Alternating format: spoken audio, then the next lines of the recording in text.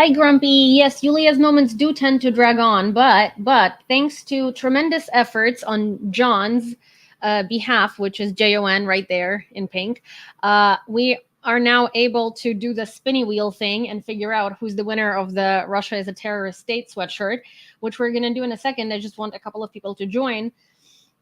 Um, you guys, I am, it's been a very stressful couple of days, super stressful. I mean, it was good to see my friend, but there is a lot going on. Update on the security guard. So I am waiting to get his card number because currently, as it stands, allegedly, so I don't know if you want to know that, like, the building drama. For those of you who were in the live yesterday, know that like two security guards in my building fought with each other, and one of them got fired and the other one was hospitalized. The one that was hospitalized is the security guard that's here like every day, and he's fantastic. He's really nice to me. I really like him. He's very sweet. And you guys send me around $175 total to like buy him lunches for the week because it was a shitty situation. So I don't know if I'm going to be able to buy him lunches, but I am waiting for the other security guard to give me that security guard's card number because so we don't know if he's going to be fired. Yesterday, basically, they were like, no, we're not going to fire him, but we're going to fire the guy who attacked him. Then there are two people that make these decisions in the building. One is the head of the security company that the building hired, and the other one is like the head of the building management administration. So apparently the head of the building management administration doesn't want him to be fired, but the head of the what's its face? Oh my gosh. But the head of the security company wants him to be fired. And it's like a whole blowout between the management and the security company. And it's like a whole thing, but he's worked here for about a year and he's been at work like literally every day. It also turns out that he has a lot of, so like, because I don't necessarily want to air his like private stuff because it's not my place, but basically like he has a really difficult situation at home with his wife, and so he doesn't live at home anymore. And there is thank you, DW, thank you so much.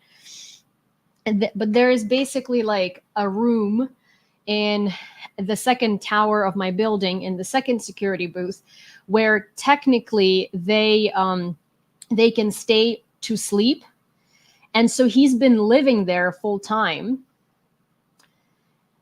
which is why he's able to also work 24/7, because he has issues with his family. He hasn't had a vacation in like a year. He's had a couple of days off, and when he has days off, he spends them with his son instead of like actually having a day off. So he's super stressed, underslept, underfed, and stuff like that. And yeah, it's a very weird, wild situation. And for me, it's like, I really hope that he doesn't get fired. And I really hope that like the head of the building, like management, whatever, like really puts her foot down, because he's a very, very good, like he's a very great guy, like he's like one of those like people that work in your building that you really get like used to and attached to, because he like knows everyone, he talks to everyone, he's really friendly, he like goes above and beyond, he's very nice. And it's like really, it's kind of crazy because like I don't understand how someone gets fired for being attacked by someone else. But I don't, I'm not part of building management or whatever, but so that's the case. I just wanted to give you an update on you guys being super nice yesterday and sending me the money to buy him lunches for the week. I just don't think I can buy him lunches because I don't know if he works here anymore. But what I can do is, at this point, I thought that it would be weird if I asked him for his card number, but I think I'm just going to explain the situation to him and like ask him for his card number instead, because where the fuck am I going to order him lunches if he's not going to be in the security booth? And also, if he did lose the job, then it's probably much better that he receives money to his card, not lunches. I don't know. I mean, like, it's really, it's really sad. I haven't really lived in this building that long, but it's a very crappy situation, and that's that. Also, I'm currently using my EcoFlow because there is no electricity in the building. I don't know if you hear, you probably don't, but oh, sorry, I forgot that this is a thing.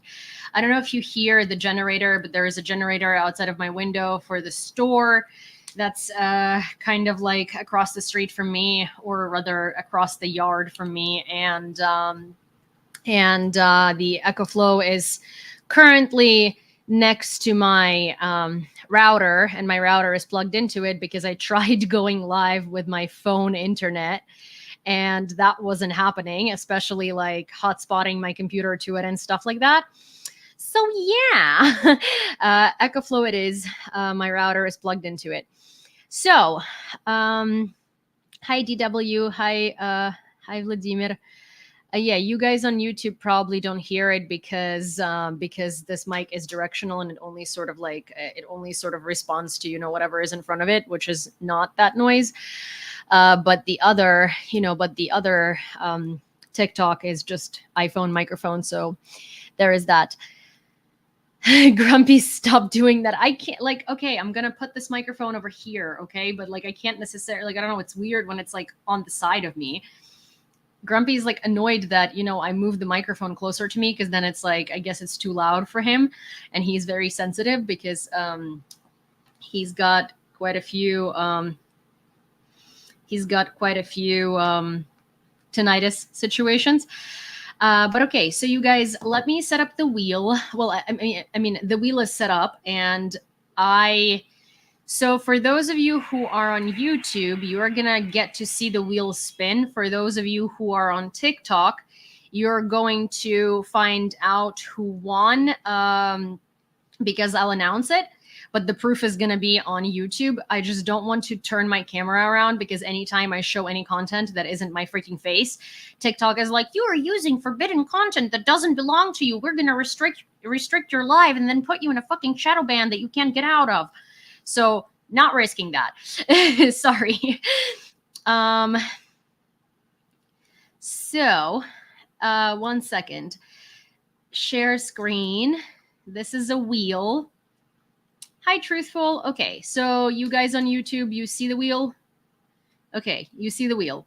Cool. There are some people that take up a big part of the wheel because reasonably so. Many tickets. So, alrighty. So we're gonna do click to spin. We're gonna spin the wheel and find out who it is that won the sweatshirt. Oh, wow.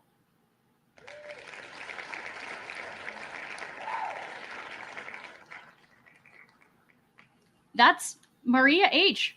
Sorry, I'm surprised because it was so close to being Chad. It's not even funny. It like almost stopped at Chad. And Maria Lachuk, it's you who won the sweatshirt. Our boy, yeah, Maria, it's you. Happy Pride. Yeah, you won the sweatshirt. Wait, sorry.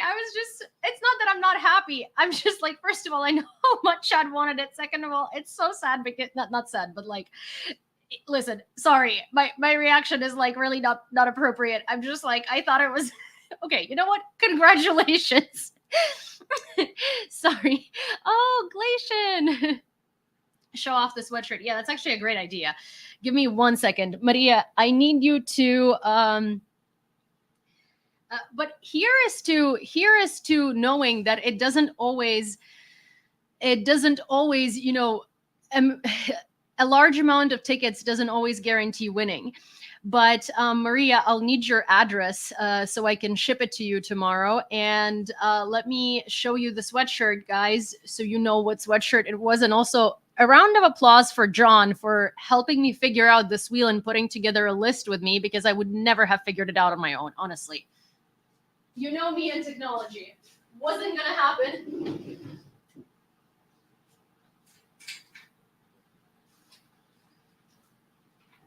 Wait.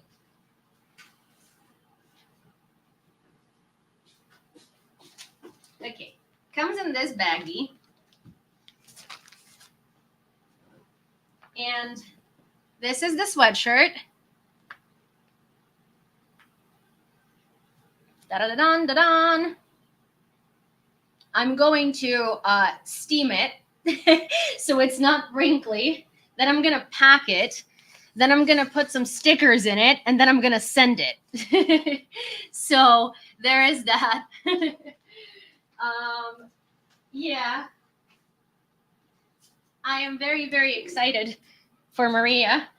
Sorry, I feel like I don't, being like ADHD is slightly on the spectrum. I feel like my reactions sometimes are just like a little not on point. So I'm so sorry. I am very excited. How should I send you the address? Do you have Instagram or Twitter?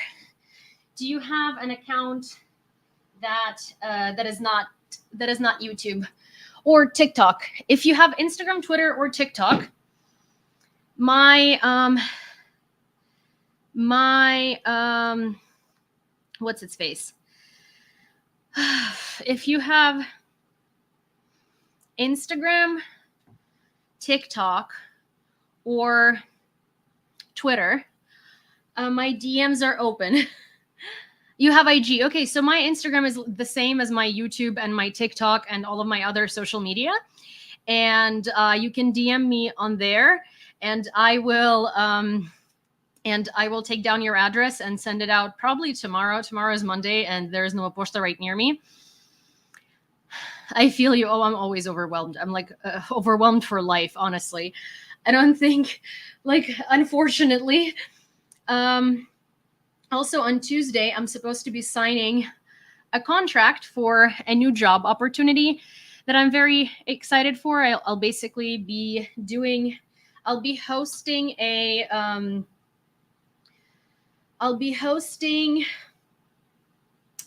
segment on a Ukrainian YouTube channel created by the Ministry of Culture and Education of Ukraine, I guess. It's not, the channel itself is not doing very well, which is why they're hiring me, because they kind of want to like figure it out and make it better. And I'm going to be hosting a segment there, and I'm also going to be like kind of helping them figure their stuff out so it can be more like understandable and more and like better for foreign audiences. So that's sort of what I'll be doing. I will tell you what the channel is once I actually sign the contract, because I really don't like, saying these things up front and then they don't pan out, and then, you know me. Will it be in English? Yeah, of course it's going to be in English. I think that there is very little use for me and Ukrainian speaking media, because that's not a medium that I'm very well aware of. But I think I can be very useful to Ukrainian channels that are English speaking, because I think that that's something that I can be helpful on. Oh, that'd be awesome. Yeah, of course. If I let me know what it is, what your like qualifications are, or what you do. Yeah, I'm happy to have as many Ukrainians join in the teams as possible, because a lot of Ukrainian media desperately needs qualified people, and for some reason has a really hard time finding them. Also, Maria, if you can DM me on Instagram so I can make sure that I have your address, so I can like check it now and be like, okay, we have it. That will be really, really good.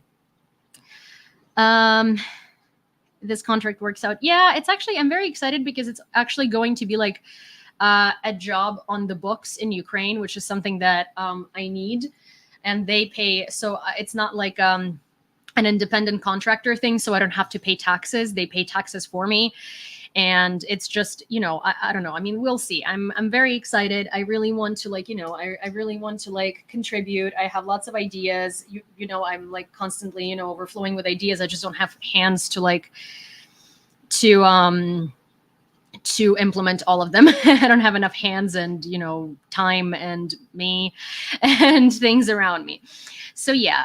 Well, I am so excited that this sweatshirt was won. And also, like, Wild Maria, congratulations so much. Chad, I'm so sorry because I know you wanted it so much. And and it was so close to being you. So yeah. But hey, I will, you know what? I'll figure something out. Maybe I'll find Maybe I'll find something similar. Happy at a window in the center of the room. Or you guys, because it was so close to being Chad, I know this sweatshirt, the green one that I showed you. Yeah, like runner-up prizes. Wait, let me see something. So it would be,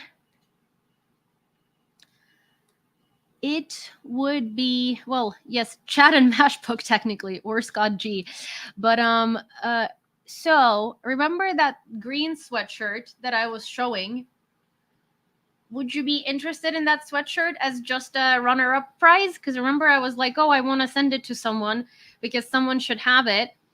I'm going to refresh your memory. It's a little different. It's much different. But one sec.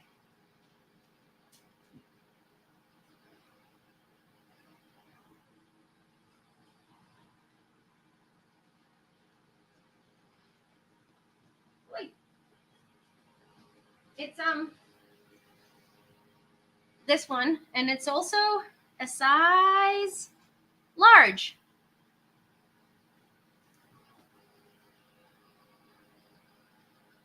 Runner-up prize?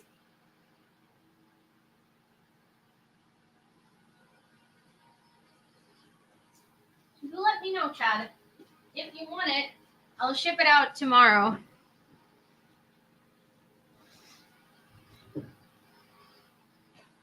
I mean, I know it's not the Russia is a terrorist state sweatshirt, but it is. Can do? Super. Sweet. Cool. Yay. You get a sweatshirt, and you get a sweatshirt, and you get a sweatshirt.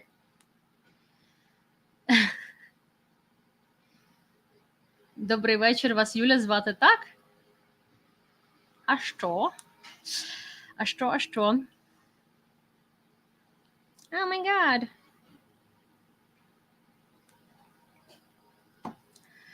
I want a sweatshirt.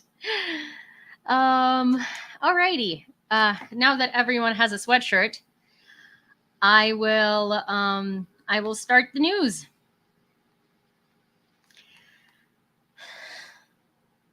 Wait, what am I missing? Okay. So, starting the news now. At a meeting, the Parliament of Moldova adopted a declaration condemning Russia's genocidal policy towards Ukraine. Чи впливає погано україномовне середовище зараз на вашу англійську? Та ні, в мене, в принципі, не зовсім україномовне середовище тут. В мене тут дуже багато англомовного середовища. Oh, hi, thank you. Дякую. Дякую. Sorry, good news. I'd like a left sock. Oh my gosh, I don't have socks. I'm sorry. Okay. At a meeting, the Parliament of Moldova adopted a declaration condemning Russia's genocidal policy towards Ukraine, particularly the forced relocation and deportation of Ukrainian children in the occupied territories. The document denounces Russia's aggressive war against Ukraine, which has led to numerous civilian casualties and the displacement of millions of people and refugees. It also reaffirms Chisinau's commitment to assisting Ukrainian children and refugees in Moldova.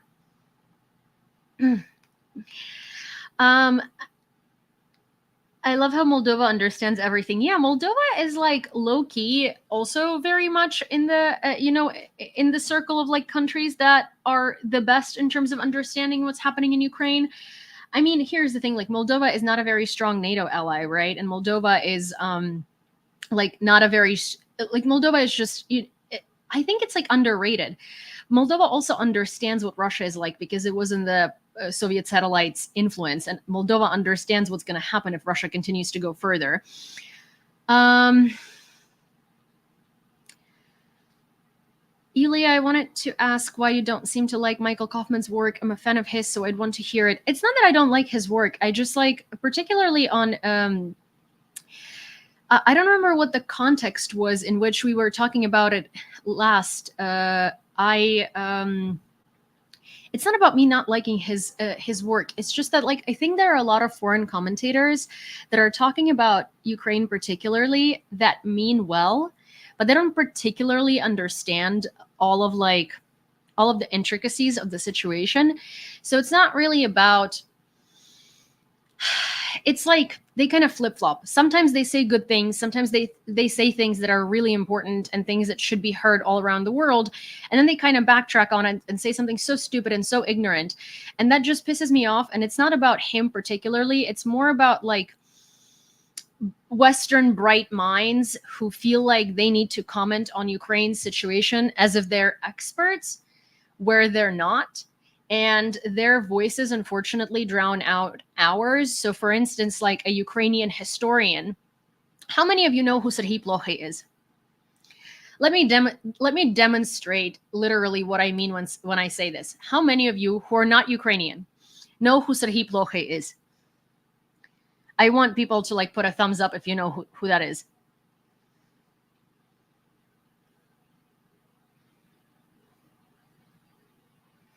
I want to see how many people. And Telepes doesn't. So thumbs up if you do, thumbs down if you don't. And genuinely, if you can participate, in the poll, please do. And you should participate if you are not Ukrainian. Okay. Okay. Ukrainians do not participate. Thumbs up. Thanks, Irish. Yeah, okay. So people from Eastern Europe probably will have more of an idea, but I see mostly people go thumbs down. Now, please tell me, who knows who Timothy Snyder is?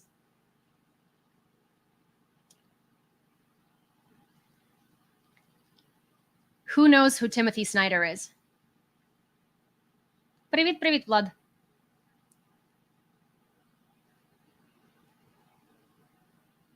I do. I haven't seen Mafka on Hulu yet, no, but I really want to watch. Yepo. Yup. Thumbs up. Yale. Hi, Roberto. I have all his books. Lauren, thumbs up. Roberto, thumbs up. Rick, thumbs up. He's great. So, okay. So, most of you know who Timothy Snyder is. He is a Yale professor who's a historian who talks about Ukraine on a worldwide stage. He is American. He's a professor who speaks about Ukraine. Yeah. So Serhiy Plokhy is a Ukrainian who wrote the book Gates of Europe. He's the head of the Department of Ukrainian Studies at Harvard. He has twice the experience, twice the knowledge, twice the awards, twice the work that Timothy Snyder did. But if he speaks and Timothy Snyder speaks, most people in the West are not going to know who the fuck they're listening to when Serhiy Plokhy is speaking. Also, most people in the West are going to take Timothy Snyder's credibility way above Serhiy Plokhy's. And that's why sort of like, when Western commentators give their opinions, it's sort of like one of those things where I don't have a problem with them. I just hate how much Western commentators are being taken above Ukrainian commentators, or how much Western experts are being taken above Ukrainian experts on all issues about Ukraine. I hate that no one knows Ukrainian experts to begin with. It's like Timothy Snyder is not the head of the Department of Ukrainian Studies at Yale. Serhiy Plokhy is the head of the Department of Ukrainian Studies at Harvard. He's done a tremendous amount of work. He's fantastic. He's phenomenal. I also have an interview with him. But the thing is, see, I think it's that. It's like the effect of people from the West prefer to listen to people from the West. And I'm kind of going to shoot myself in the foot here. But here is the thing that I've noticed, right? And I also get it, but like, please take what I'm saying right now as like don't take it as something like, one sec. Sorry. I need to plug in this light into my computer, and I need to find like an open charger of sorts, basically. One sec. Okay. Found it. Okay. I just need my light to work. But like, okay. So what I'm about to say, please take it with like understanding and like, let me finish before you guys get either upset or something like that, right? I understand that my advantage talking about Ukraine on social media is being palatable because I sound very Western. I speak English fluently. I can express myself in English fluently. And a lot of the times, it's an internal bias where you'll hear someone Ukrainian talking about Ukraine. They'll have an accent and they might not have the entire vocabulary to express exactly what they think. So you prefer to listen to Western commentators about the war in Ukraine because they can explain these things more in depth for you. In reality, they know a lot less, but they have a lot more language skill to reiterate it to you. But in your mind, it's more of just like, it's easier to listen to someone who speaks the same language as you with the same proficiency as you. So my issue is that there are a lot of Ukrainian specialists and there are a lot of Ukrainian experts and there are a lot of brilliant Ukrainians who are not being taken nearly as seriously as like average American political commentators are, because they have an accent and their language is not necessarily up to par. And again, I get it, because for me, sometimes it's also difficult to listen to someone who's like struggling for words and doesn't necessarily know how to explain things in complex terms, because if it was in Ukrainian, they could do it easy peasy. But since it's in English, they're lacking depth of expression. And I get that, because it's not their language. Which is why the reason why I do these like lives almost all the time, the reason why I explain things is because I know that out of like a lot of Ukrainians, I'm one of not that many that is very like, that is kind of like, you know, Western and American enough for everyone to have an easy time comprehending me and not have a problem listening to me, because I don't necessarily struggle for words. And I know how to express things in English more than I can, for instance, in Ukrainian in a lot of cases, which is something I'm working on, because God damn it, every single time I go to a store and I'm trying to find like, I don't know, a cheese grater, I'm like, hi, I forgot the word for this in Ukrainian, or hey, I don't know the word for this in Ukrainian because I never had to. You know, buy a cheese grater, you know, in Ukrainian in my life. So, you know, I need like a thingy that you rub cheese on and it makes it small. And, you know, the facial expression of the dude at Epicenter, which is Ukrainian Home Depot, who was looking at me trying to tell him that I need a thingy that I rub, that you rub cheese on and it makes it small. And he looked at me and goes, you need a tarka. And I'm like, I suppose, yes. Because I forget random words. Because I've never had to use them. And it's like funny because, you know, like I don't know, like sometimes I don't know the word for something and it turns out we just borrowed it from English. So it's literally the same thing. And I'm just standing there awkwardly trying to explain that to my mom. But anyways, this is like a tangent that we kind of moved off of. But basically, yes, this is my thing. It's just like I wish that more people would quote and listen to Ukrainian specialists on issues regarding Ukraine. On issues regarding Ukraine than Western commentators, right? And it's mostly about quoting and mostly about putting them into the specialist spot, right? Highlight or spotlight. I understand the basic premise, but at least for some of the Western analysts I follow do field work and travel to the front, I find little reason to feel like Mike Robley or Jack Wetling don't know what they're talking about. It's not really about not knowing what they're talking about, right? It's just that like they're lacking deep cultural context, and sometimes the commentary they make is a little bit ignorant. And I'm not saying they don't know what they're talking about. Like going to the front and seeing what's happening at the front right now is one thing, but understanding like the deep-rooted hatred, the deep-rooted colonialism, the deep-rooted like settler colonialism that goes on in Ukraine, and understanding like the very complex dynamics between us and Russia, and you know, all of that, it's genuinely, you can't grasp that by just going to Ukraine from like, you know, for the past 2 years. Like you had to have lived here. You have to have like, you know, your grandmother who died in Holodomor, or like your grandfather whose property was taken away because he was considered too rich when the Bolsheviks came. You had to have been like, have relatives that were relocated or like moved to Siberia. That's the whole thing. It's just like, you can't, and it's not like their fault at all.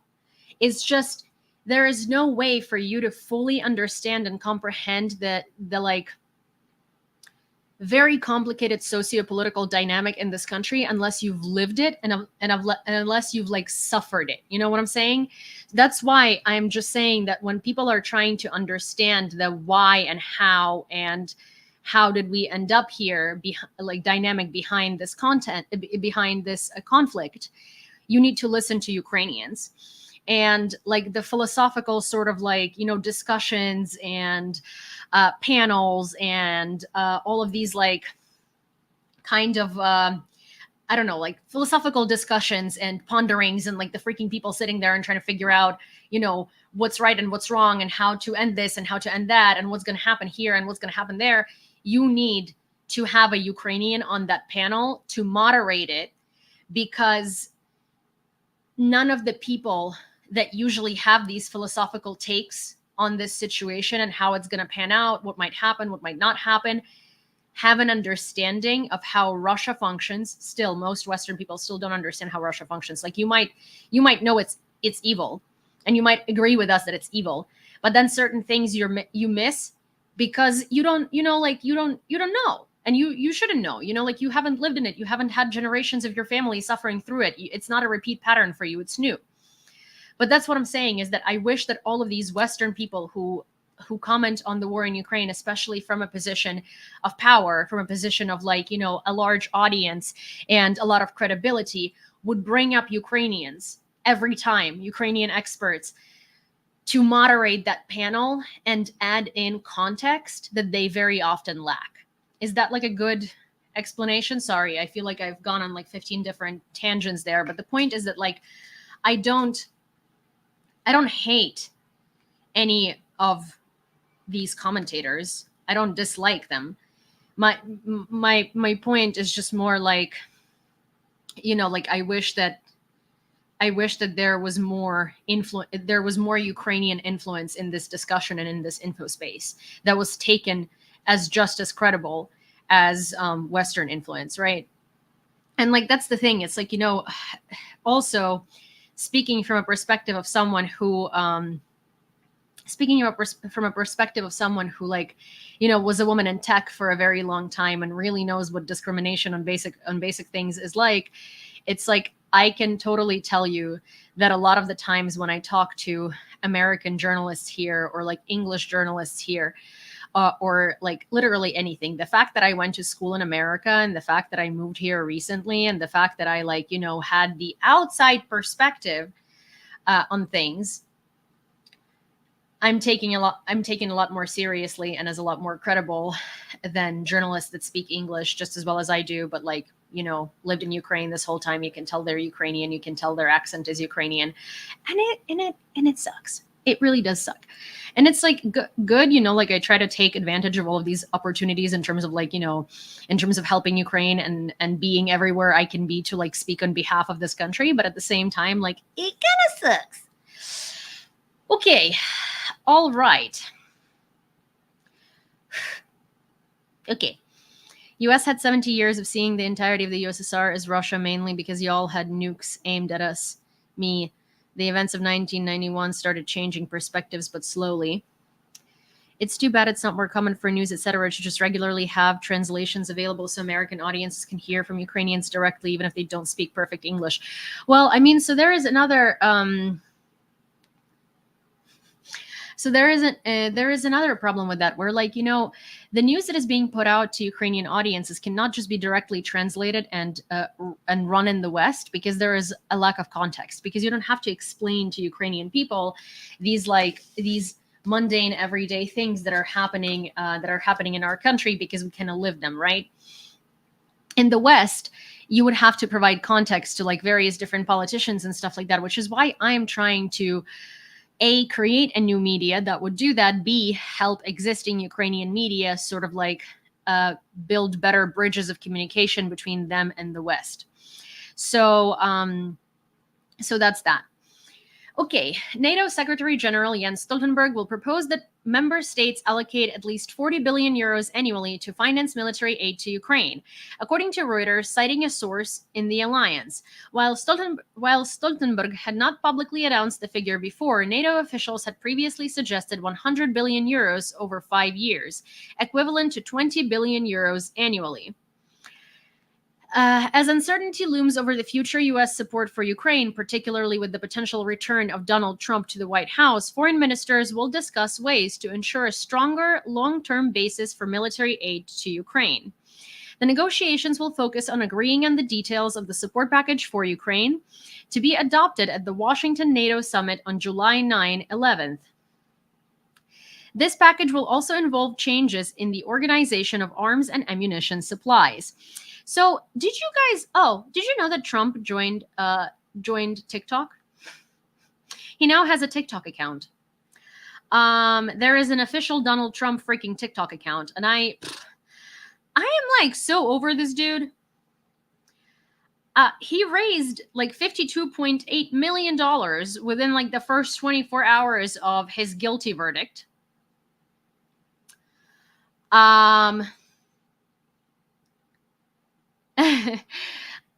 A guilty verdict, and that just drives me crazy, because I cannot fathom that. I mean, like, I can, because I know exactly how it happens, but also we're now about to be blessed.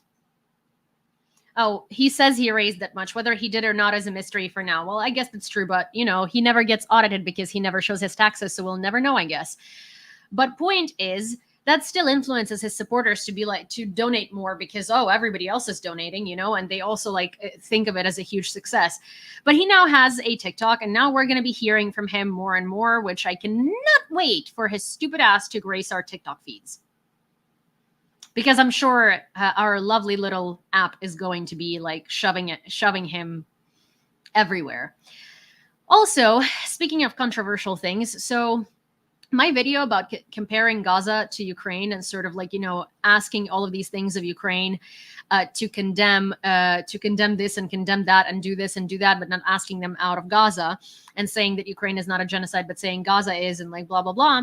Someone on my video has asked if Zelensky has ever publicly addressed Israel to ask them to stop bombing Gaza. And I said, well, you need to understand that we're playing a political game, because we're in an impossible situation where we ourselves need to survive, and we depend on a lot of different countries for that survival. So we can't just make statements. We can't just make statements like that, right? And we can't we need to be strategic, and it's a political game of chess. And people were like, we don't support Ukraine because, on Twitter, we don't support Ukraine because Ukraine uses American weapons to kill children in Gaza. And then also same weapons that Israel gets to kill. Ukraine uses American weapons, same weapons that Israel uses to kill children in Gaza. Well, like, Hamas is allied with Russia and uses Russian weapons, same weapons that kill Ukrainian children. So two can play that game. But point is that everybody expects us to denounce Israel, but no one expects Palestine or Hamas to denounce Russia, right? So like, there are all of these things that are required of Ukraine for Palestinian supporters to support us. And I don't mean Palestinians. I don't mean actual genuine people that are concerned and affected by this situation. I mean literally American like far leftists that are just screaming things on the internet because it's trendy now and because they love Lenin. Okay. But so point is, there is actually something Zelensky said recently. So for all of those of you who are like, Ukraine supports Israel, so we are not going to support you because you're hypocrites. Allow me to introduce to you an interview that Volodymyr Zelensky did recently, and it is a public call, and it is highly documented on video. And here, one sec. He literally says the thing that I often say is that, you know, you can condemn one and you can condemn the other. They're not mutually exclusive, right? But so here is the thing. Share screen. We go to Twitter. On TikTok, unfortunately, you're only going to be hearing it, not when Israel was in the Okay.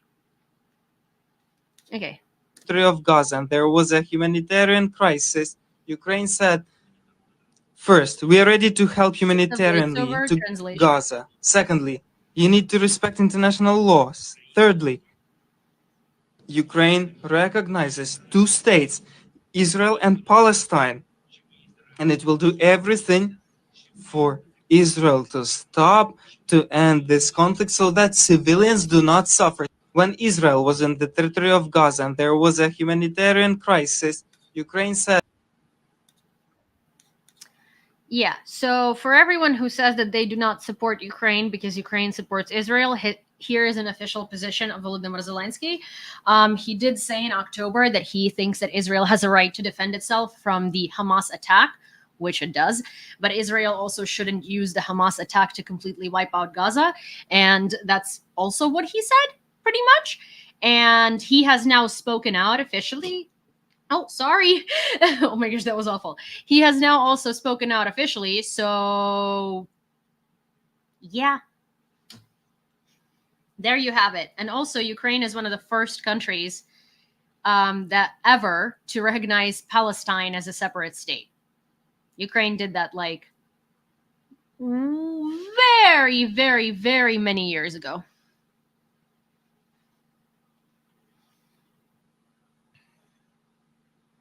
Like you can, you know, like you can agree that Israel has a right to exist. You can also agree that Netanyahu and the current Israeli government is awful and fascist. You can agree that Hamas is a terrorist organization, and you can agree that Palestinians should have a right to self-determination.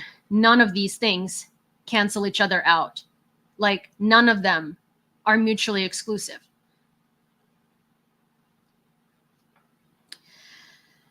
Okay.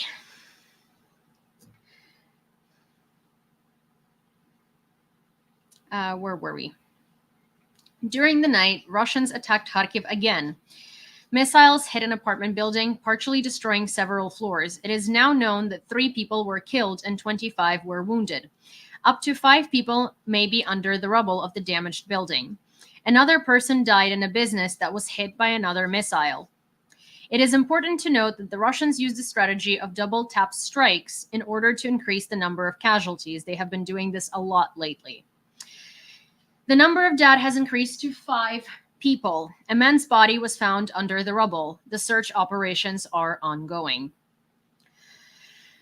So here is an interesting thing. There is a peace summit happening soon, and China has confirmed that it will not participate in the peace conference on Ukraine, which will be held in Switzerland, according to Reuters. This was reported to the agency by 4 sources with direct knowledge of the matter. According to the 3 sources, Beijing rejected the invitation because the conditions for participation in the conference, including the participation of Russia, were not met.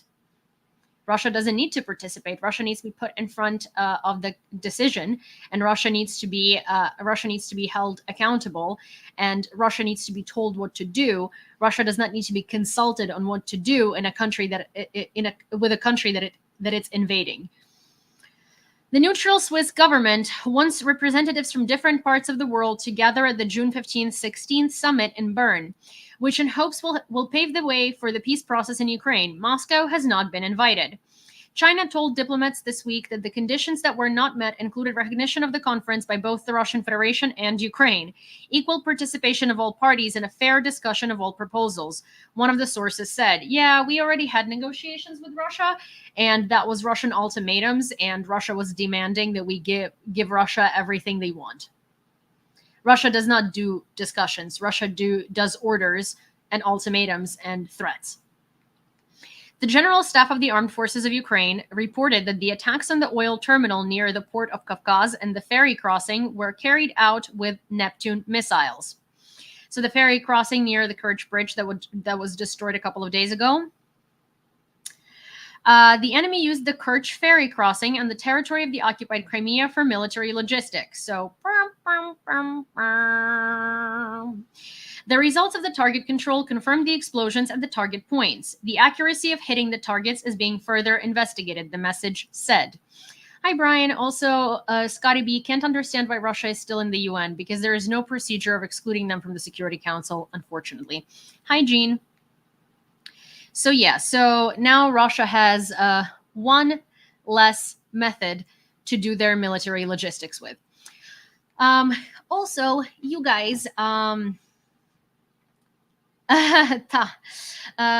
але я не підтримую сам канал, мені просто подобається їх мерч, і я знаю людей, які роблять їх мерч, вони дуже класні.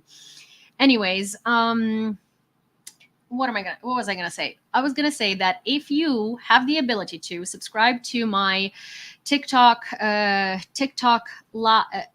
lives, like as a member, or if you have the ability to subscribe to my YouTube channel as a member, that really does help me because I am doing this full time, and it does help keep me afloat, and it does also go a very long way and helps me pay bills and also, get create more and produce more and get better quality stuff to create and produce more. And I'm so bad at doing this. I keep constantly forgetting and delaying saying this on every live. But if you have the ability to support me and you watch me every night and you like the information I provide, and you have the ability to do so, please subscribe to my TikTok live feature as a member or to my YouTube as a member. Or if you don't like either of those, I have PayPal, I have Buy Me a Coffee, and I have a Patreon. And all of these things are available in my links in bio, both on YouTube and on TikTok. I very much appreciate it. Thank you very much. Also, don't feel pressured, but if you do have the ability, I will be very grateful. Oh, thank you so much. Thank you for subscribing. Also, okay, so your handle is so long. Do I call you progressive? Do I call you Signal Man, or do I call you RR? But thank you for subscribing. And also thank you for everybody who's following. I really appreciate that as well. Did you hear Germany is giving Ukraine a Patriot? Yes, I did. Progressive is fine. Okay, cool. Welcome to the Spy Layer. Gazprom shares have reached their lowest since October 2017, with the price per share dropping to 125.9 rubles, according to Moscow exchange data. This decline marks the fourth consecutive day of losses following the Russian government's recommendation for the state gas monopoly not to pay dividends to shareholders. Again.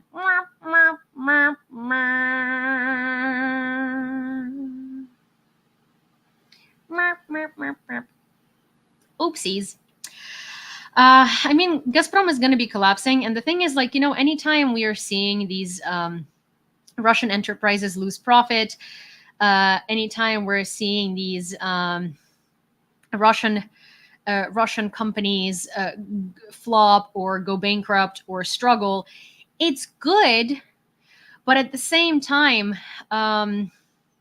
it's also it's not going to accomplish what we hope it will accomplish, Oh, Brian, thank you for sending 5 subscriptions to various different people on the live. And also thank you, Ozzy, for sending a membership on YouTube. That's very, very sweet of both of you. Thank you so much. Also, Brian, how come did you send subscriptions, but you are not a subscriber yourself? you, you would have been first. You didn't get yourself a subscription, but you gave it to 5 other people. That's very sweet. But so yeah, I mean, like, it's not going to collapse, and it's not going to do as much as we hope it would. But it's something, and it's going to piss off Russian oligarchs, and it's going to create a lot of problems for them. And Russian oligarchs pissed off and with problems is something that we want, because we know Russia is an oligarch controlled state along with Putin. Hi, Babakaz. Oh my gosh, good to see you. Also, you guys, if 2 more people subscribe to the TikTok live feature in the next 3 minutes and 40 seconds, TikTok is gonna do something. I don't know what it is, but there is like that thing on the at the top of the screen over here, and it says 6 out of 7, or maybe if it's like 1 more person, I don't know. But point is, something's gonna happen if 1 more person subscribes. So I also, thank you, John. New Russian anthem: in their Soviet slums where a rat is a treat, they have nothing to eat in their Soviet slums. That's so funny. Oh, thank you, Janae. I hope it's Janae. I really like pronouncing people's names right. I had to look it up. Soviet Ukraine recognized Palestine in 1988. It stayed recognized after the Soviet Union broke up. Yep, exactly. So Michael looked it up. Yes, Soviet Ukraine was one of the first countries that Soviet Ukraine was one of the first countries that recognized Palestine, and it was in 1988, and we kept the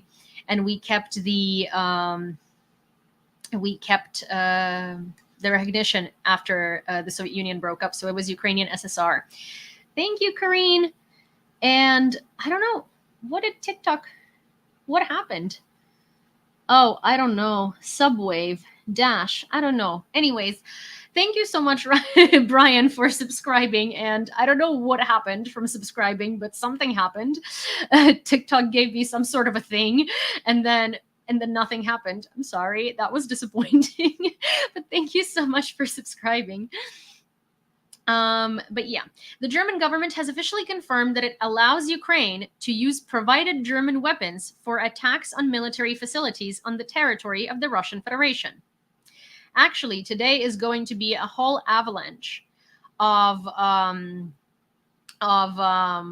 there is going to be a whole avalanche of countries that confirmed that they're letting Ukraine strike on the territory of Russian Federation. Ciao, Gianmarco. Ukraine and Sweden signed a security agreement today. In the years 2024 to 2026, Sweden will provide military assistance in the amount of Swedish kroner in the amount of 75 billion Swedish kroner, about 6.5 billion euros. The amount of assistance will increase during the 10-year term of the document. The military assistance to Ukraine includes aviation and air defense, armored vehicles, artillery, increased maritime security, assistance in mine clearance, and unmanned aerial vehicles. A unique part of the agreement with Sweden is the provision of specialized ASC 890 aircraft, as well as the prospect of transferring JAS 39 Gripen aircraft to Ukraine, including related training.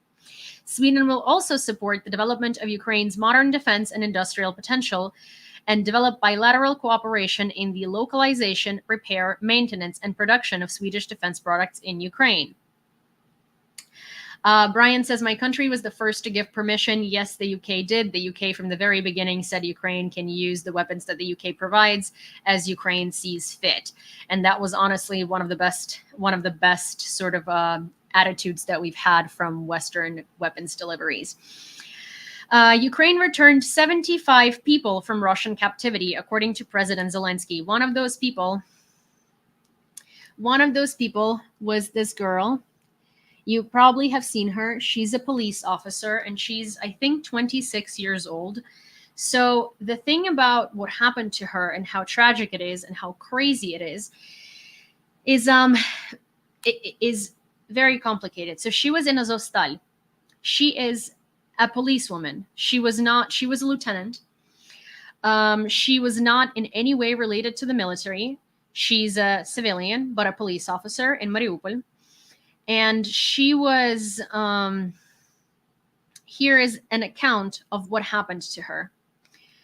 After over 2 years of Russian captivity, 24-year-old Mariana Chicheluk finally heard her mom's voice. A few months before the full-scale Russian invasion, 22-year-old Mariana from Mariupol completed her studies at the Law Academy and joined the ranks of the National Police. For the first month of the invasion, the young woman hid in a basement of a house on a left bank of the city along with her parents and younger sister Alina, who was 15. At the end of March, Mariana and her sister Alina got separated from their parents and ended up in the bunkers of Azovstal. On May 1st, 2022, the Russian side agreed to open a humanitarian corridor for civilians who were at the plant. Mariana, her then 15-year-old sister, and other civilians were met by Russians, several representatives of the UN and the Red Cross. There were also journalists who filmed them. The people were then transported to a filtration site in worse conditions than Kettle. They had to remain on the buses for 12 hours. When they finally reached the filtration point, they were forced to get naked so Russians can check them for tattoos. Their phones were also checked. Then everyone was interrogated. They were shining a lamp in my face. They threatened to send me to an orphanage and to kill my parents if I don't tell them that Mariana is tied with the armed forces of Ukraine, recollects Alina.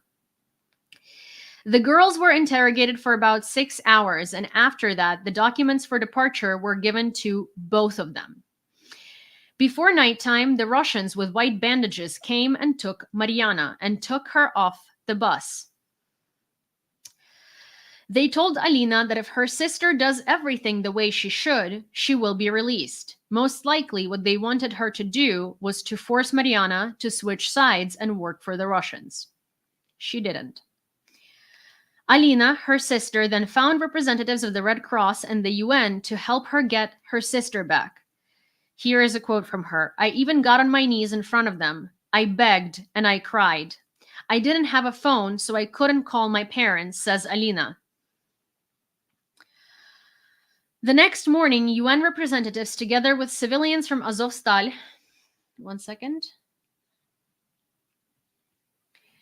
The next morning, the UN representatives, together with civilians from Azovstal, were supposed to go to Zaporizhia, Ukrainian-controlled territory. Alina was also offered to go, but she chose to stay at the filtration site in hopes that her sister would be released in a few days. Eventually, Russians contacted Alina's parents and asked them to take her from the filtration site, or otherwise they would put her in an orphanage. Alina's parents managed to get Alina, but couldn't find out where Mariana was being held. It took Mariana Chicheluk's family over 2 years of contacting various organizations to bring their daughter back home. Apparently, the UN and the Red Cross didn't do anything and actually facilitated Russians in taking this civilian woman and bringing her to Russian captivity. This incident has to be investigated, and there are many incidents like that. The UN and the Red Cross are incredibly evil and incredibly useless. Also, thank you so much, QR. QR says, "Hi, Yulia. Here is some Czech money for your potential visit of Prague. Although inflation has raised our prices here, this should still buy you a few drinks." Thank you so much. I actually haven't been to Prague in about, I don't know, maybe 16 years, but Prague is one of my favorite European cities. I genuinely actually really like the Czech Republic. I think it's Prague, I think, is one of the best capitals of Europe. And please don't get mad at anyone. But the reason I think so is because it's affordable. And people have means to live there. They have reasonable salaries for their expenses. I also think it's incredibly European and well integrated into Europe, even though it's Eastern Europe, right? But I think that it doesn't have the same feel as the rest of Eastern European countries that have been integrated to Europe, that have quite post-Soviet satellite feel left there. I think it's very I don't know. I just really like the Czech Republic. If you haven't been to Prague, but you have an opportunity to go, please do. It's a beautiful, beautiful, beautiful city. And it's also just amazing, and it's affordable. And I don't know, the level of life there is very reasonable. Okay. Ukraine has signed a security agreement with Iceland, under which Iceland will allocate at least 4 billion Icelandic krona, nearly $30 million, annually from 2024 to 2028. This support will persist throughout the agreement's duration. Iceland is committed to financing, purchasing, and supplying defense materials and equipment to Ukraine. Additionally, the agreement includes cooperation to develop Ukraine's defense industry. A unique aspect of this agreement is Iceland's commitment to continue transporting military cargo and equipment from NATO allies to Ukraine using chartered cargo planes. Furthermore, Iceland will place special emphasis on supporting and equipping Ukrainian women in the armed forces.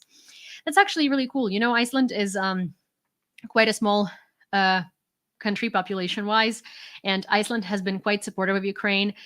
There was a lot of work done by some Icelandic journalists who came here and were evacuating people and were doing a lot of important work and writing articles back in Iceland in order to shift the public opinion on what's been happening in Ukraine. And it's phenomenal that Iceland is so supportive now. The Pentagon gave Ukraine precise instructions on what strikes the armed forces of Ukraine can inflict on the territory of Russia, says the New York Times. It is reported that the instructions were given to Kyiv by the commander of NATO in Europe, Christopher Cavalli. A few days ago, the head of the Pentagon, Lloyd Austin, gave the order to allow Ukraine to open fire with American weapons on military facilities on the Russian border. American officials now say that they expect the first counterattacks with American weapons to begin within hours or days. It was stated in the material. A note that the New York Times report contradicts the words of the Pentagon deputy spokeswoman Sabrina Singh, who stated that the U.S. policy regarding strikes didn't change, but she did not have all the information at the time, because this has been confirmed now by both Lloyd Austin and the spokesman of the of the Armed Forces of the United States. And it's Ukraine can strike along the border with Kharkiv and Sumy.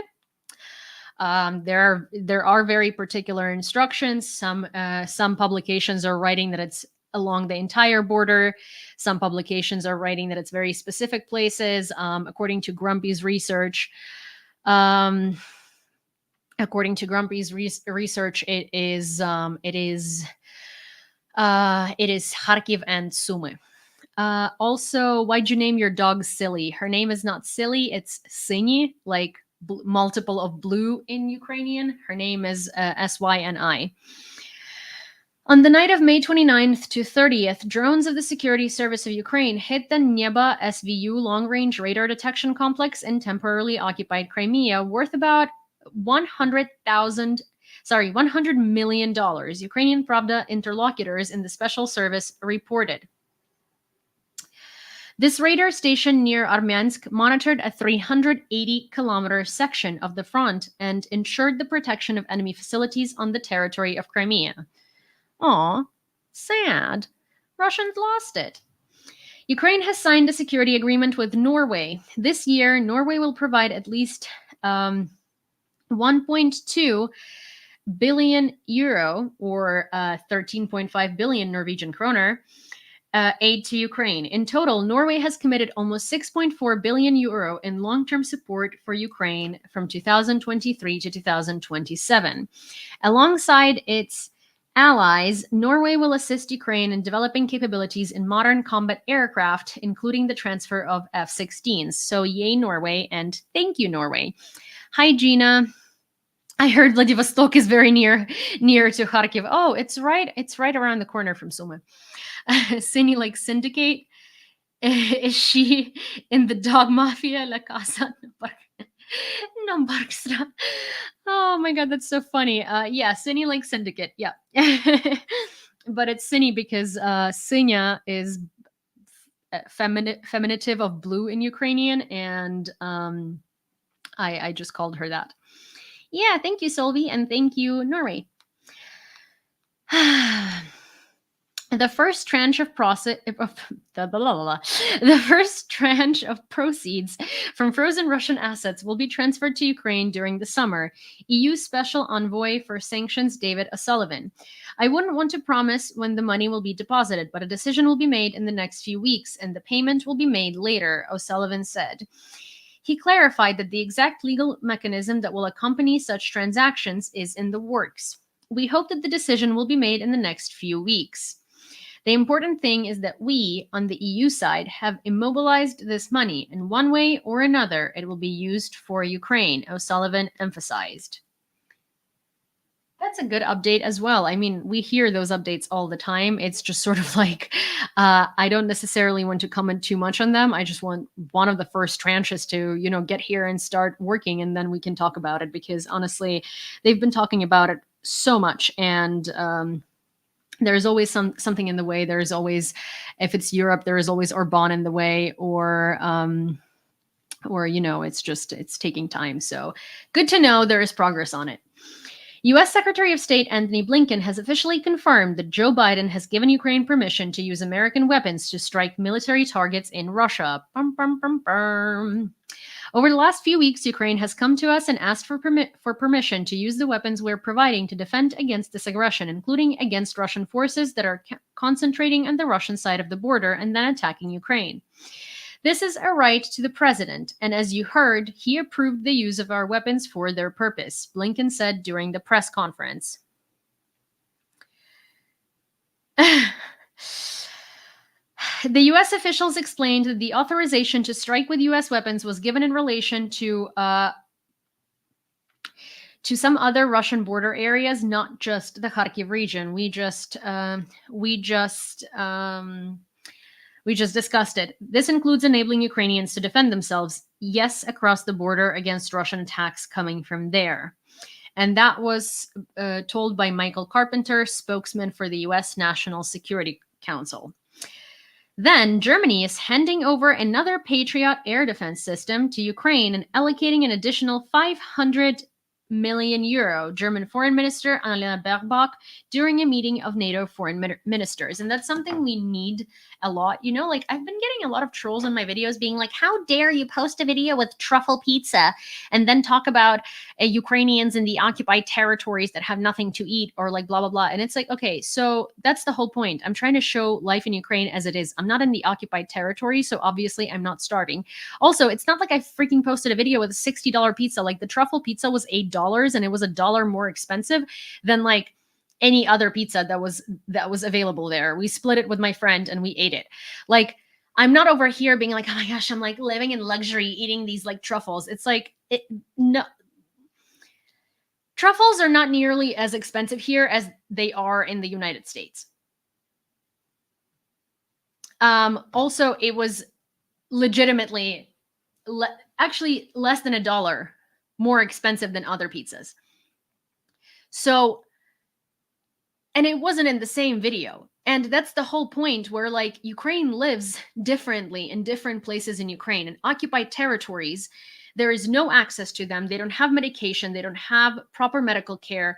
They don't have a lot. And the reason why I have the ability to go to a restaurant and eat pizza is because we have air defense, and because we're far from the front, and because of our soldiers, and because of American weapons, which is like, it's like, when people say these things, like, why are you not suffering? It's almost like people want us to suffer because, like, oh, how can Ukrainians enjoy, a normal day at a cafe and drink coffee? Like, it's like you want us to suffer. Like, we don't suffer enough.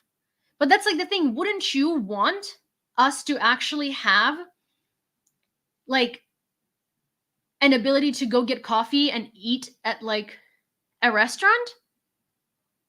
Isn't that why you're giving us weapons? And I'm not talking about you guys. Like, I know you guys are fantastic, but I'm just talking about the general mass of people who says this stupid stuff. It's like, how dare you eat a truffle pizza? Like, my God, it's not like, it would be tone deaf if I went to like a Michelin star restaurant and was like flaunting some bougie lifestyle that I don't have. But like, let's suppose I did. And let's suppose I made videos like, I don't know, buying Chanel bags and Yves Saint Laurent bags and like flaunting my bougie lifestyle and like doing things like that. instead of like helping the armed forces. But it's like, give me a fucking break. Give a break to any Ukrainian. Like, what, we're not allowed to eat anymore? Like, what? Also, for anyone who's like, oh, how dare you? First of all, I posted a thing from a book fair where we ate and then went to the book fair. At the book fair, I bought stickers with Torque and other Azov military. There were 4 different ones. I bought 2, but it was an open donation, so I donated money for those stickers. It was like, I think it was like starting at 100 hryvnias. I donated more than that. So I donated to the armed forces there. I donate to the armed forces at every restaurant I eat at, because now Ukraine has tips and Ukraine has battle tips. Most restaurants will have a Monobank jar where you can choose to donate to their jar that will like raise money for EW or for drones or for, I don't know, cars or for something. So I do that every single freaking time that I eat out. I actually tip more money to the Monobank jar of the cause for the military than I do to waiters. I'll give waiters like 10% and then I'll give 20% in that. I donate any single time there is a pop-up on any screen being like, oh, do you want to add like X amount for the armed forces? Yes, I always do it. Why the good English? I don't know, because I have good comprehension and I took the time to freaking learn it. Why? Are you jealous? What, you want me to freaking show you Kyiv outside of my window because you're going to say that I'm an American spy now? Do you want me to show you my Ukrainian passport? I haven't done that in a while. Anyways, there is a troll there. Also, my electricity's back up. Woohoo! But anyways, it's like I also donated at the food market, because there were also ample opportunities for people to donate. Most of these events are done during the war, and when they're done during the war, there are tons of opportunities for you to donate. Like Patron was there earlier in the day, and he was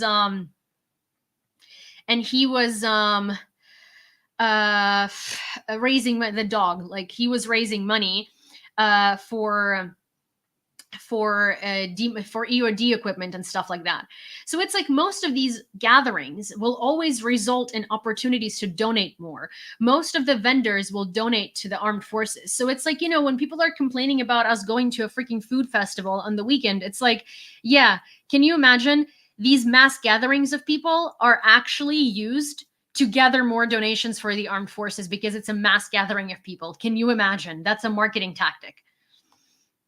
Anyways, Anthony Blinken stated that the NATO summit in Washington in July should provide a bridge to Ukraine's membership in the alliance. He also mentioned that the summit would adopt a strong package of support for Ukraine.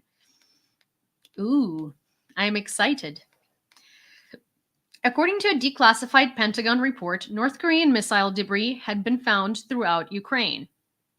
We've been saying that for a while now. Matthew.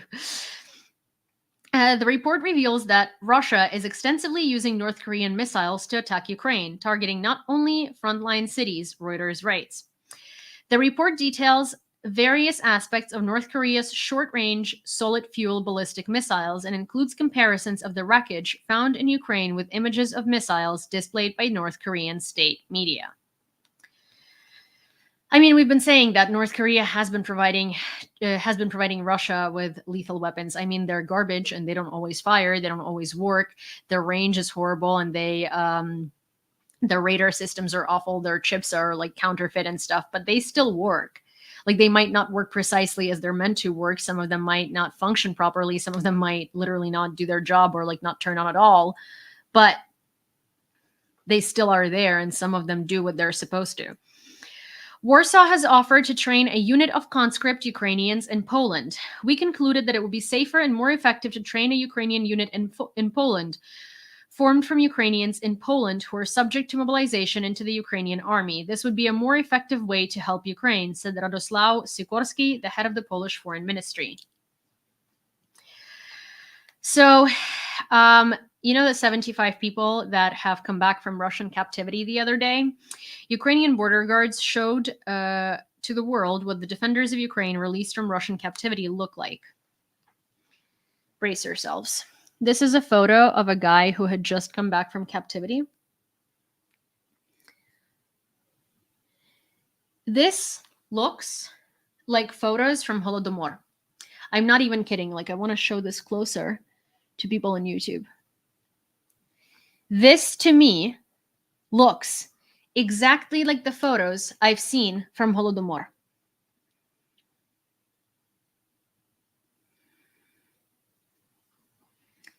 This is horrifying. This person is not malnourished. This person is fed enough just to stay alive. I don't know how he has the ability to stand up. I don't know how he has the ability to hold himself up. Hi, Martin. I genuinely don't know.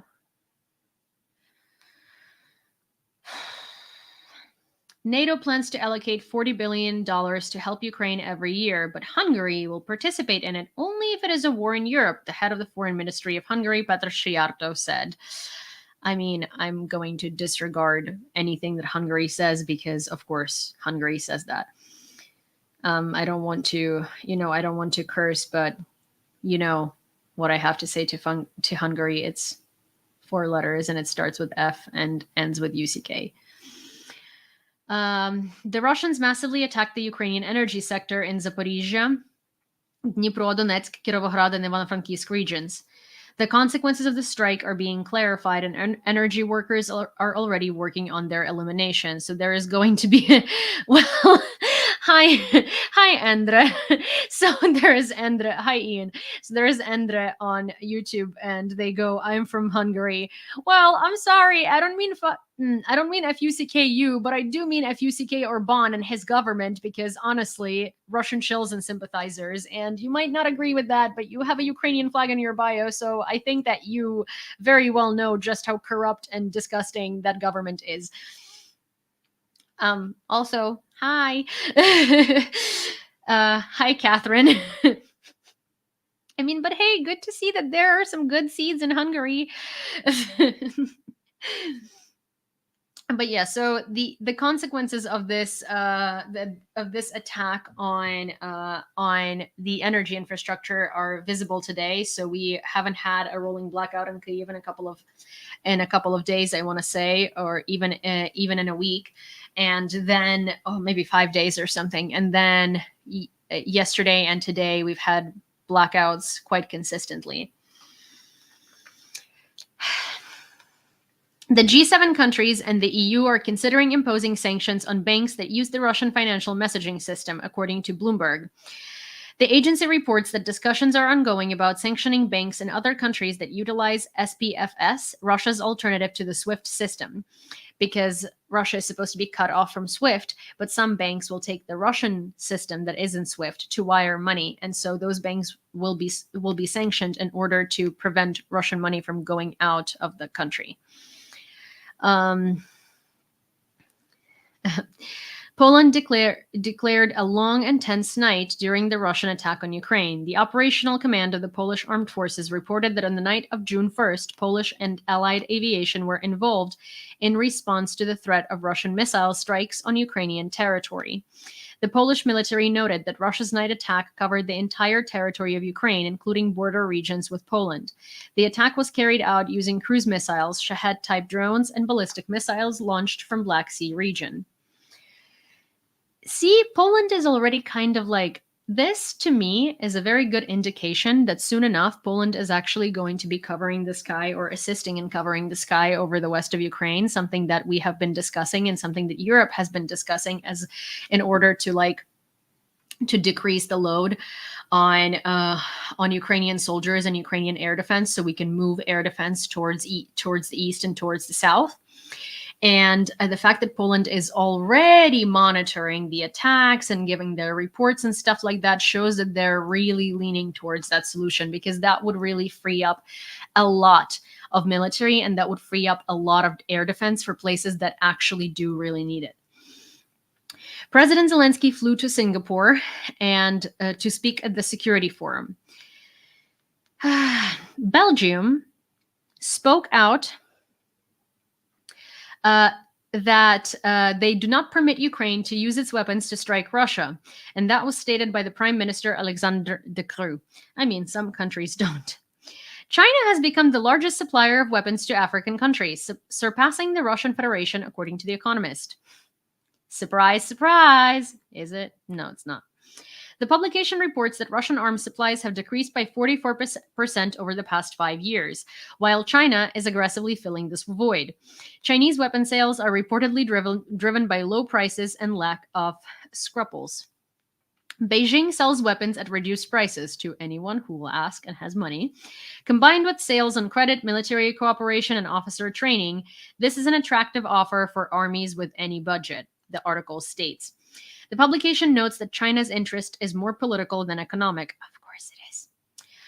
As this approach strengthens the PRC's strategic influence in Africa. Yep, dictatorships trying to influence dictatorships. But Poland doing that has the danger of giving into Russia's partition dreams. Not necessarily, because this has been discussed for a long time, and really it would be massive help for the world, honestly, because it would free up a lot. It would take off a lot of the pressure from Ukraine, and it would free up a lot of air defense. It would also free up a lot of soldiers, because we will be able to move them to other areas of the front if the West or NATO takes over the sky over the west of Ukraine, which is something that they're honestly leaning towards. And it's not an unreasonable thing, because NATO is bordering that part of Ukraine, runs high risk of conflict escalating. We have crossed every single red line Russia has ever put, and nothing has escalated. Russia has also escalated so much that there is nowhere more to escalate. Where are they going to escalate? When people say risk of escalation, what do you mean? Nukes? Russia's not going to use nukes. You think tactical nukes? They might use them in Ukraine. Then we are screwed, not you. Russia is never going to strike NATO territory. I'm Argentine fighting in Ukraine. Oh, hi. Thank you so much. Let's escalate it till Orchistan is ash. Also, you guys, I really need to use the bathroom.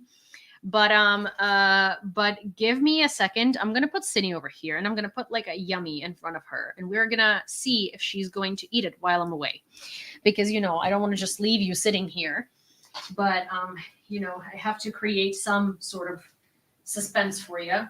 So give me a second. Sinona, I have good news for you. I have good news and bad news. Good news is I'm in your favorite drawer. Bad news.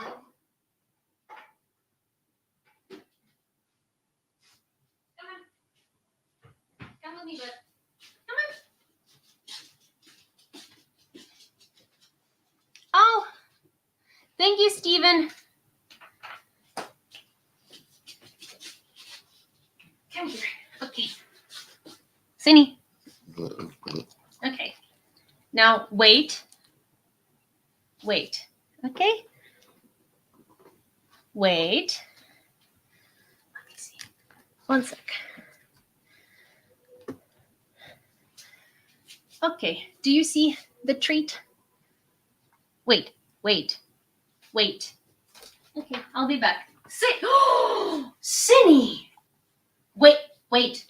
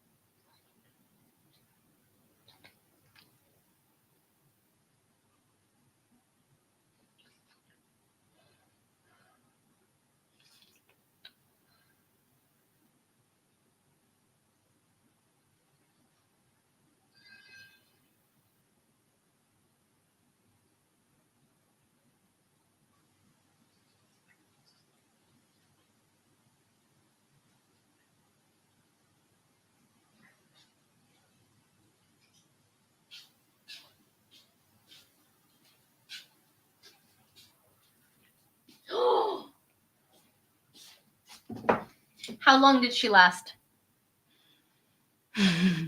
It's not a him, it's a her. How long did she last? Сині? Слава Україні. Слава нації. Пиздець Російській Федерації.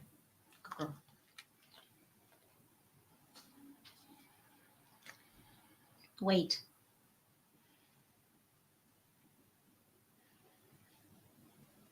Okay.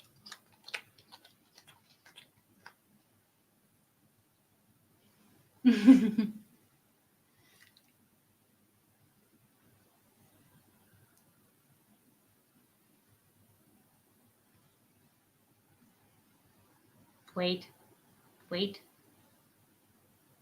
Okay.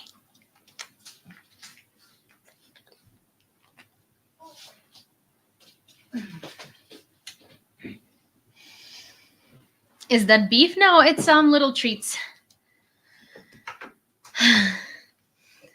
She's now staring at me like I owe her more. She already had dinner. She had everything she needs. My poor baby is starving. Catherine, your poor baby now eats kibble with salmon oil and vitamins in the morning. She eats sometimes just kibble and broth in the evening, and sometimes she eats kibble mixed with wet food in the evening. So you know what? Your poor baby is doing just fine. The Zaporizhia HPP was attacked by the Russians again last night and is now in critical condition, according to the head of the Zaporizhia Regional Military Council, Fedorov. The situation goes beyond electricity generation, as 74 residential buildings were also damaged in the attack. So, this is something that no one's talking about. We completely forgot about Zaporizhia nuclear power plant and how it's still occupied by Russians and how there is still a lot of danger in that, because while no one thinks they're going to blow it up on purpose, they are negligent enough to blow it up by accident, which is still not good. Also, thank you, Stephen, again. Thank you so much. Leak test. Leak test.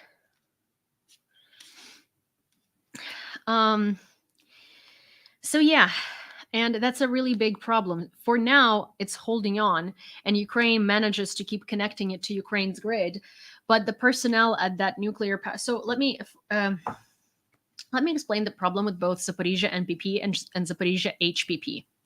So HPP is the hydroelectric power plant, and NPP is the nuclear power plant. The problem with both of these entities is that the Russians that are working on there, when they first came in, according to people who did work there that I've spoken to, they saw computers and they were like, what the hell is that? They don't know how to operate them. They don't know the specifics and nuances. They weren't trained. They're negligent, untrained personnel. They're also keeping explosives and military equipment there. Russian nuclear power plants and Russian nuclear power plants and Russian plants in general are still old, not renovated, and work with like what are these things? Ledgers that you need to pull, and like little switches. They don't work on computers. They have no idea what they're doing. Estonia allocates more than 1% of its GDP to support Ukraine. If every NATO country did this, Ukraine would win, said Prime Minister Kaja Kallas in an interview with BBC News. We don't have a plan B in case of Russia's victory, because we should not give in to pessimism. Victory in Ukraine is not only about territory. If Ukraine joins NATO, even without all its territory, it will be placed under the NATO umbrella, Kallas believes. We can no longer be in a situation where a $10,000 drone destroys a $10,000 tank, or a $3.5 million missile destroys a $10,000 UAV.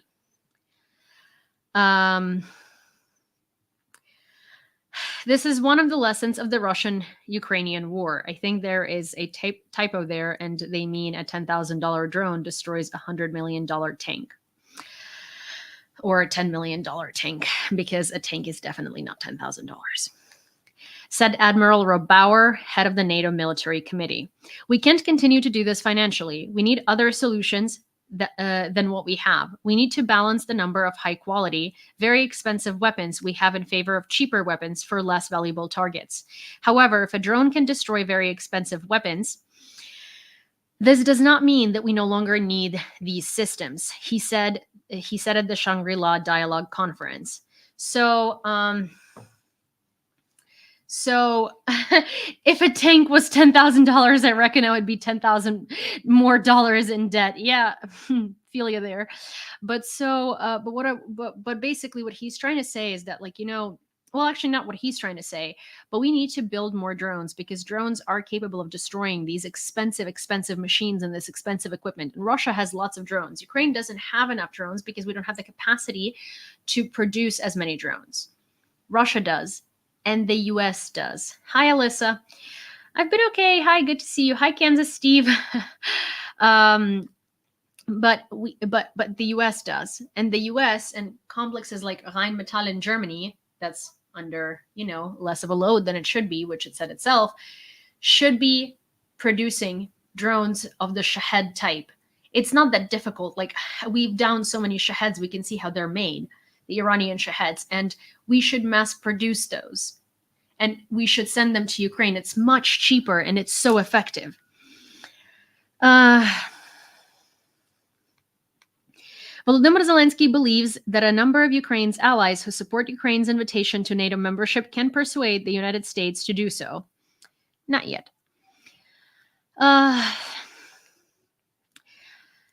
Britain supports us in NATO. The United States is doubtful. They're afraid of some kind of escalation, but you cannot say that the USA is afraid of escalation and all other countries support Ukraine. This is not the way to approach the issue. If everyone truly supports us, I think they will have enough strength, intelligence, and influence to talk to the United States and change their mind, to change their approach. It is important that not only Ukraine raises the issue of NATO, said the president of Ukraine. I mean, yes, but the thing is, like, that's kind of like, we've talked about 7 stages of acceptance, denial is first. And the 7 stages of acceptance is literally how we got every single weapon. And it's going to take a while until the US is going to warm up to it. And of course, like, eventually the US will, but it'll take, lots of conversation online, lots of pressure, lots of pushing, just like it did every single time. Italy has warned against impulsive decisions regarding Ukraine's use of Italian weapons. On Saturday, the head of the country's foreign ministry confirmed his disagreement with the possibility of Ukraine using weapons transferred from Rome to launch strikes on Russian territory. Of course, because Italia is scared of Russia, and I understand. Also because there is a lot of, Russian influence in Italy, and I get it. They don't want to risk it. I mean, I don't support it. Do I get it? Yes. This one is very interesting. I'm so curious to see how that's going to go. But the Clooney Foundation for Justice will organize a hunt for Russian propagandists, aiming to hold them accountable for their role in Russia's aggressive war against Ukraine.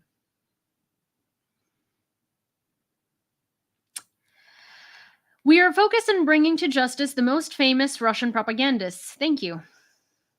The most visible, but I will not name them on purpose because we will ask the prosecutors to issue the appropriate orders, said Anna Neustadt, human rights activist and project officer of the foundation.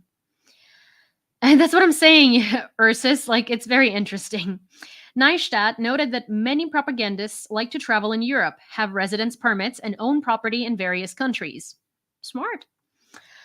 These individuals can be arrested in Europol member states based on warrants for crimes related to incitement of hatred and the promotion of aggressive war. The Clooney Foundation for Justice, founded by human rights activist Amal Clooney and her husband, actor George Clooney, is one of the international organizations investigating the role of Russian propaganda and Russia's war against Ukraine. I actually really, really, really appreciate them for it, and they're like some of the first super influential people that didn't only like speak out about it, but took it seriously. But I'm actually very interesting how they're going to implement this, because again, it's not like, yes, there are lots of rich Russians that are agents of Russian influence, but also they didn't mention how these people don't have to own properties or anything like that. They're university students, they're professors, they're journalists, they're your everyday man. And that's how Russia fools you. It's by everyday man. In an interview with The Guardian, President Volodymyr Zelensky emphasized that a frozen conflict is essentially a slow war that will inevitably flare up again. He explained that the occupier will always find a reason to resume active hostilities. There will come a moment when all this, for one reason or another, will unfreeze. The occupier will always find a reason. He needs a pause to strengthen his positions on the battlefield, to understand where his deficits are. We know this. We have the same deficits. We are talking about this openly. This pause will benefit them, but certainly not us, Zelensky said. He added that after a freeze, the enemy would become stronger and then, similar to the Normandy agreements, would set numerous conditions. These could include recognizing all occupied territories, not joining any alliances, forgetting about European integration, and other demands. He spoke at the Dialogue Shangri-La Forum in Singapore as well. During his speech, the president thanked the allies for their support, called for increased aid, discussed the crimes committed by Russians in Ukraine, and outlined his expectations for the summit on peace for Ukraine in Switzerland.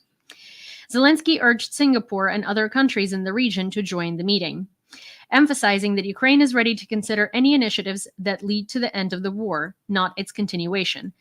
Currently, 106 countries have confirmed their participation in the summit. He also expressed gratitude to the countries assisting in the return of kidnapped Ukrainian children from Russia and soldiers from captivity. And I appreciate and thank everyone as well. Volodymyr Zelensky addressed Beijing's peaceful initiatives at the Dialogue Shangri-La Forum in Singapore, asserting that neither China, Brazil, nor any other country fully understands the devastation Russia has inflicted on Ukraine. He emphasized that no one has the right to dictate how the war should end. The president of Ukraine expressed disappointment over China's refusal to participate in the Summit on Peace for Ukraine in Switzerland and skepticism towards the idea of holding a conference involving Russia proposed by China and Brazil. BRICS, of course. Ukraine, as the victim of this war, has every right to initiate the process towards ending it. We must lead this effort because we are fully aware of the crises Russia has caused in our country. This unprovoked war, which we did not start, is being fought on Ukrainian soil, not Russian. I wish peace for all countries, so that no one has to endure casualties or mass graves. But it is Ukrainians who have suffered and died. Russians have rewarded our women and stolen tens of thousands of our children. No one has the right to tell us how this war should end. It must end according to the law, international law, and justice. This is imperative, Zelensky stated during a conversation with journalists in Singapore. Ukraine currently lacks strong contacts with China, as the Chinese side is not interested, he said. We invited China not only to the Summit on Peace for Ukraine. We wanted to meet with Chinese representatives many times at different levels. I wanted to meet the leader. I spoke with Xi Jinping about a year ago on the phone. We talked about maintaining our territorial integrity and sovereignty. Our positions then coincided, he said. Zelensky expresses his disappointment with Beijing's refusal to participate in the summit and expresses confidence that China has something to contribute at the summit. I mean, China and Russia are allied, right? One way or the other. So it's not uncanny that China would be taking Russia's side and continuing this. China flip-flops, right? They do just enough for the world to not be able to sanction them, but they also do everything they can to actually still benefit from Russia, make money off of Russia, and vice versa. Also, hello, Italians. Are you still here? June 2nd, or today, was the day that celebrates Festa della Repubblica.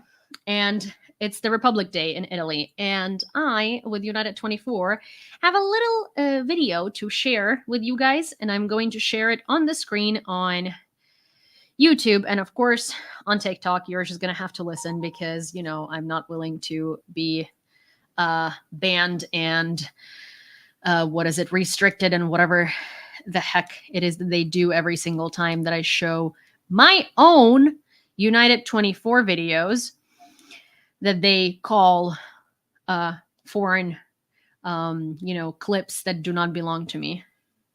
Republic. That was the only question at a referendum in Italy nearly 80 years ago, but it shaped the country's future. World War II radically changed Italy and the whole world, so it was time to decide the future. And for the first time in the country's history, women were given the right to vote. The majority voted for the Republic. That was the end of the dark times for Italy. What happened next? Italy became a democratic country with a constitution that guaranteed rights and freedoms. They modernized their economy, rebuilt their cities, and became a founding member of NATO and the EU, as well as a member of G7. They lived happily ever after, and every year they celebrated the day when the nation united to change for the better. Years later, Italy chooses democracy again, demonstrating unwavering support for Ukraine from the first days of Russia's full-scale invasion. Italy supports Ukraine in defending its freedom from Russia, remembering the lessons of history for a better future. Ukraine really appreciates it. Viva l'Italia! Yeah. You know how many times they made me re-record the Viva l'Italia part because people here think that Italians talk like this, so it has to be Viva l'Italia, and stuff like that. And I was like, no, Viva l'Italia is fine. Like, no one in Italy is going to be like, Viva l'Italia, no one actually talks like that unless you're like, I don't know, in Venice. But yeah, so I had to I had to have a battle and say that, saying Viva l'Italia is fine. And no one needs to scream Viva l'Italia because they were like, can you just do it a little more energetic, like Italians do? And I was like, they don't do it. This is not how Italians talk. Oh my gosh. Okay. Romania plans to transfer an air defense system to Ukraine. As announced by Prime Minister Marcel Colacu. It's me, Mario. Yeah. The system will have the capability to control the airspace of both Ukraine and Romania. Woo! Thank you. He highlighted the significance of involving experts and making decisions through appropriate institutional channels, given the impact of Romania's air defense and its relation with NATO allies. This move underscores Romania's support for Ukraine amidst ongoing conflict and aligns with broader NATO efforts to bolster Ukraine's defense capabilities. And the last story of the day is Chief of the Situation Center for Ukraine and Bundeswehr authorized Kyiv to use the German-supplied Patriot air defense systems against Russian aircraft in Russian airspace. They can be used within the framework of international law. We have great confidence that the Ukrainians will adhere to this and will execute it with great tactical skill and success, Freuding said. So that's awesome. And that's all I have for you for today. Also, hi, Boxer Queen. Ooh, I love that. I love boxing. But that's all I have for you guys today. It's 1:02 a.m. I finally have light, so I want to go take a shower because it was really, really, really sticky today, and I literally feel sticky, and I couldn't take a shower because it's pitch black in my bathroom. So I really want to go do that, and I really want to go to sleep. So good night, you guys, and I'll see you tomorrow. Good night. Thank you for joining the live. I love you all. And congratulations again on winning the sweatshirt. Maria. Sorry, I was like, congratulations again on winning the sweatshirt. Who? No one. Maria. Alrighty. Maria, don't forget to send me your address. And Chad, if you're still here, can you please resend me your address? I will be really, really appreciative. Thank you so much.